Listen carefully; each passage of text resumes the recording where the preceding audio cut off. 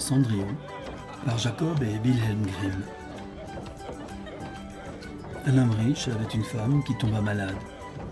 Et quand celle-ci sentit sa fin prochaine, elle appela à son chevet son unique fille et lui dit « Cher enfant, reste bonne et pieuse, et le bon Dieu t'aidera toujours, et moi, du haut du ciel, je te regarderai et te protégerai. » Puis elle ferma les yeux et mourut. La fillette se rendit chaque jour sur la tombe de sa mère, pleura et resta bonne et pieuse. L'hiver venu, la neige recouvrit la tombe d'un tapis blanc, mais au printemps, quand le soleil lui fait fondre, l'homme prit une autre femme. La femme avait amené avec elle ses deux filles, qui étaient jolies et blanches de visage, mais laides et noires de cœur. Alors de bien mauvais jours commencèrent pour la pauvre belle fille. « Faut-il que cette petite oie reste avec nous dans la salle ?» dirent-elles. « Qui veut manger du pain doit le gagner. Allez, ouste, souillons !» Elles lui enlevèrent ses beaux habits, la vêtirent d'un vieux tablier gris et lui donnèrent des sabots de bois. « Voyez un peu la fière princesse comme elle est accoutrée !» s'écrièrent-elles en riant, et elles la conduisirent à la cuisine. Alors il lui fallut faire du matin au soir de durs travaux, se lever bien avant le jour, porter de l'eau, allumer le feu, faire la cuisine et la lessive. En outre, les deux sœurs lui faisaient toutes les misères imaginables, se moquaient d'elle, lui renversaient les pois et les lentilles dans la cendre, de sorte qu'elle devait recommencer à les trier. Le soir, lorsqu'elle était épuisée de travail, elle ne se couchait pas dans un lit, mais devait s'étendre près du foyer dans les cendres. Et parce que cela lui donnait toujours un air poussiéreux et sale, elles l'appelèrent Cendrillon. Il arriva que le père voulut un jour se rendre à la foire. Il demanda à ses deux belles filles ce qu'il devait leur apporter. « Deux beaux habits, » dit l'une. « Des perles et des pierres précieuses, » dit la seconde. « Et toi, Cendrillon ?» demanda-t-il. « Que veux-tu ?»« Père, le premier rameau qui heurtera votre chapeau sur le chemin du retour, cueillez-le pour moi. » Il acheta donc de beaux habits, des perles et des pierres précieuses pour les deux sœurs, et sur le chemin du retour, en traversant à cheval un vert bosquet, une branche de noisetier l'effleura et fit tomber son chapeau. Alors il cueillit le rameau et l'emporta. Arrivé à la maison, il donna à ses belles filles ce qu'elles avaient souhaité, et à Cendrillon le rameau de noisetier. Cendrillon le remercia, s'en alla sur la tombe de sa mère, et planta le rameau, en pleurant si fort que les larmes tombèrent dessus et l'arrosèrent. Il grandit cependant et devint un bel arbre. Cendrillon allait 3 fois par jour pleurer et prier sous ses branches, et chaque fois, un petit oiseau blanc venait se poser sur l'arbre. Quand elle exprimait un souhait, le petit oiseau lui lançait à terre ce qu'elle avait souhaité. Or, il arriva que le roi donna une fête, qui devait durer 3 jours, et à laquelle furent invitées toutes les jolies filles du pays, afin que son fils puisse se choisir une fiancée. Quand elles apprirent qu'elles allaient aussi y assister, les deux sœurs furent toutes contentes. Elles appelèrent Cendrillon et lui dirent « Peigne nos cheveux, brosse nos souliers et ajuste les boucles.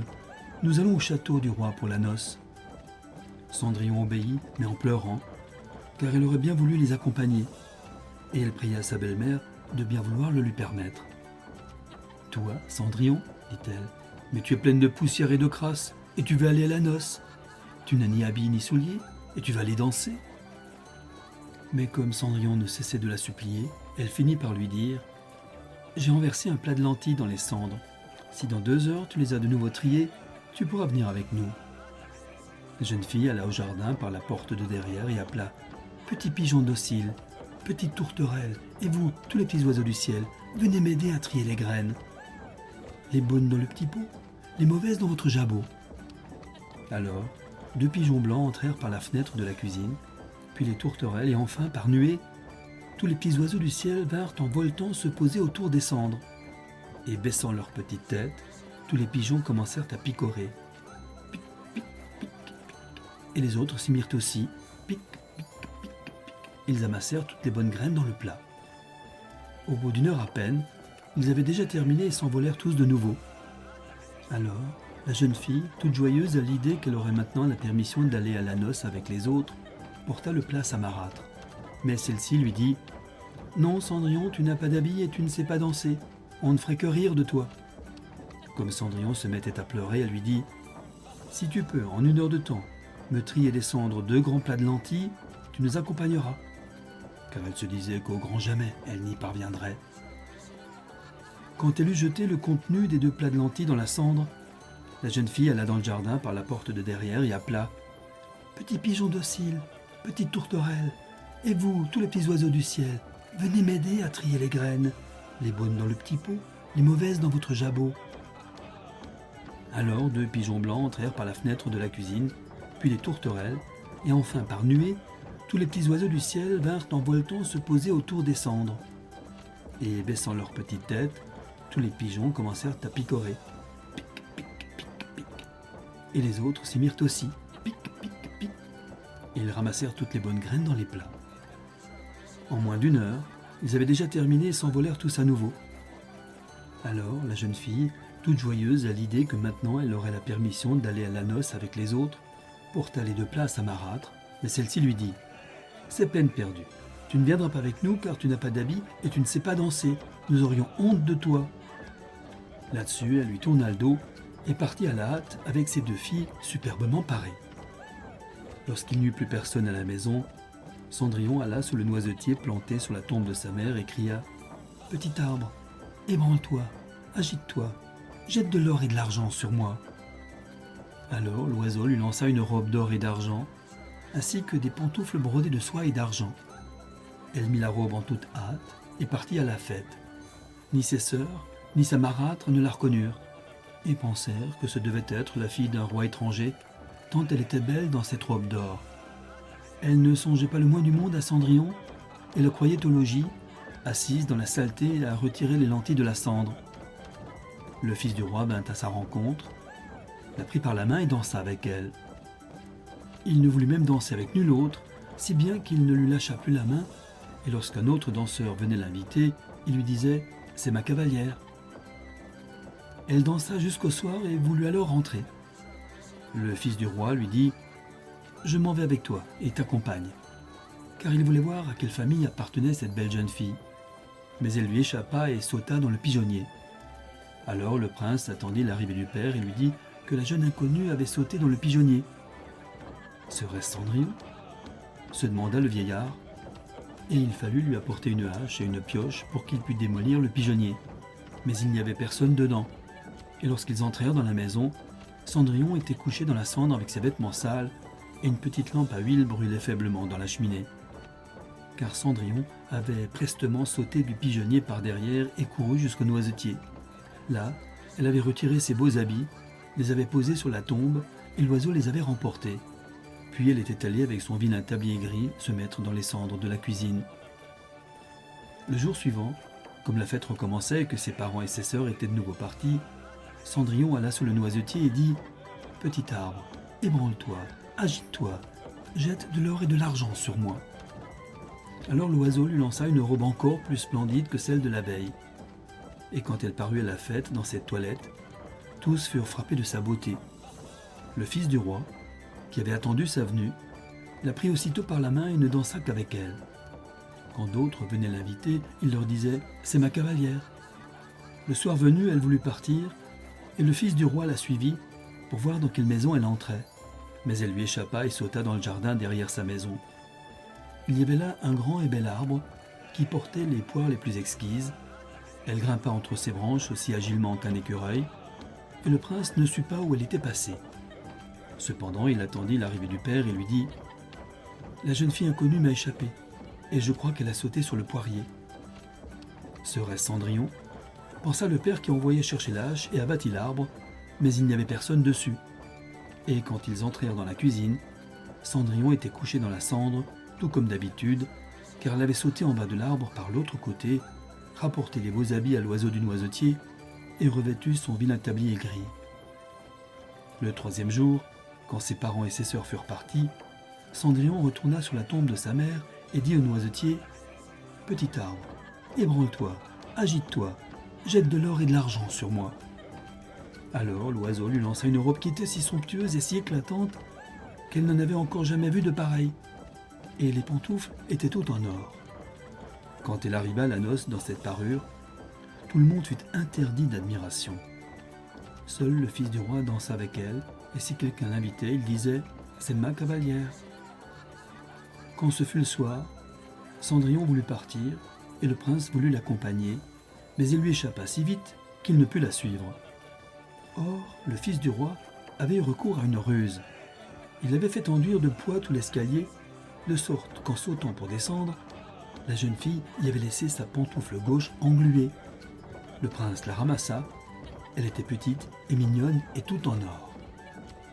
Le lendemain matin, il vint trouver le vieil homme avec la pantoufle et lui dit « Nulle ne sera mon épouse que celle dont le pied chaussera ce soulier d'or. » Alors les deux sœurs se réjouirent, car elles avaient le pied joli. L'aînée alla dans sa chambre pour essayer le soulier en compagnie de sa mère. Mais elle ne put y faire entrer le gros orteil, car la chaussure était trop petite pour elle. Alors sa mère lui tendit un couteau en lui disant « Coupe-toi ce doigt. Quand tu seras reine, tu n'auras plus besoin d'aller à pied. » Alors la jeune fille se coupa l'orteil, fit entrer de force son pied dans le soulier, et contenant sa douleur, s'en alla trouver le fils du roi. Il la prit pour fiancée, la mit sur son cheval, et partit avec elle. Mais il leur fallut passer devant la tombe. Les deux petits pigeons s'y trouvaient, perchés sur le noisetier, et ils crièrent « Rou-coucou, rou-coucou !» Et voyez là, dans la pantoufle, du sang il y a. Bien trop petit était le soulier, encore au logis la vraie fiancée. Alors il regarda le pied et vit que le sang en coulait. Il fit faire demi-tour à son cheval, ramena la fausse fiancée chez elle, dit que ce n'était pas la véritable jeune fille, et que l'autre sœur devait essayer le soulier. Celle-ci alla dans sa chambre, fit entrer l'orteil, mais son talon était trop grand. Alors sa mère lui tendit un couteau en disant « Coupe-toi un bout de talon. Quand tu seras reine, tu n'auras plus besoin d'aller à pied. » La jeune fille se coupa un bout de talon, fit entrer de force son pied dans le soulier, et contenant sa douleur, s'en alla trouver le fils du roi. Il la prit alors pour fiancée, la mit sur son cheval, et partit avec elle. Quand ils passèrent devant le noisetier, les deux petits pigeons s'y trouvaient perchés et crièrent « Rou-coucou, rou-coucou !» Et voyez là, dans la pantoufle du sang il y a. Bien trop petit était le soulier, encore au logis la vraie fiancée.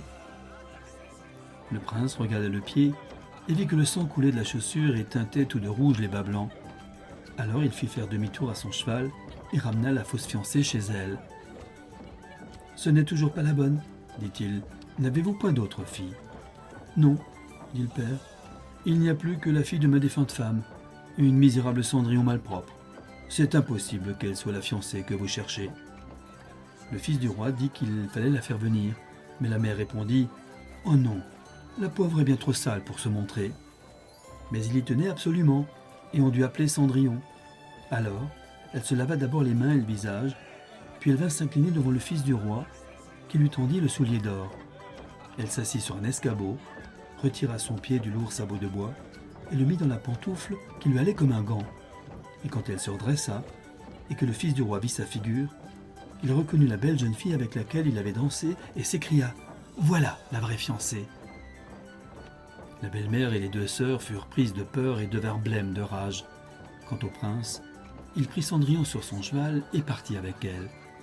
Lorsqu'ils passèrent devant le noisetier, les deux petits pigeons blancs crièrent « Rou-coucou, rou-coucou !» Et voyez là, dans la pantoufle, du sang plus ne verra. Point trop petit était le soulier. Chez lui, il mène la vraie fiancée. Et après ce roucoulement, ils s'envolèrent tous deux et descendirent se poser sur les épaules de Cendrillon, l'un à droite, l'autre à gauche, et y restèrent perchés. Le jour où l'on devait célébrer son mariage avec le fils du roi, ces deux perfides sœurs s'y rendirent avec l'intention de s'insinuer dans ses bonnes grâces et d'avoir part à son bonheur. Tandis que les fiancés se rendaient à l'église, l'aînée marchait à leur droite et la cadette à leur gauche. Alors, les pigeons crevèrent un œil à chacune d'elles. Puis, quand ils s'en revinrent de l'église, l'aînée marchait à leur gauche et la cadette à leur droite. Alors, les pigeons crevèrent l'autre œil à chacune d'elles. Et c'est ainsi qu'en punition de leur méchanceté et de leur perfidie, elles furent aveugles pour le restant de leurs jours. Ainsi s'achève Cendrillon de Jacob et Wilhelm Grimm.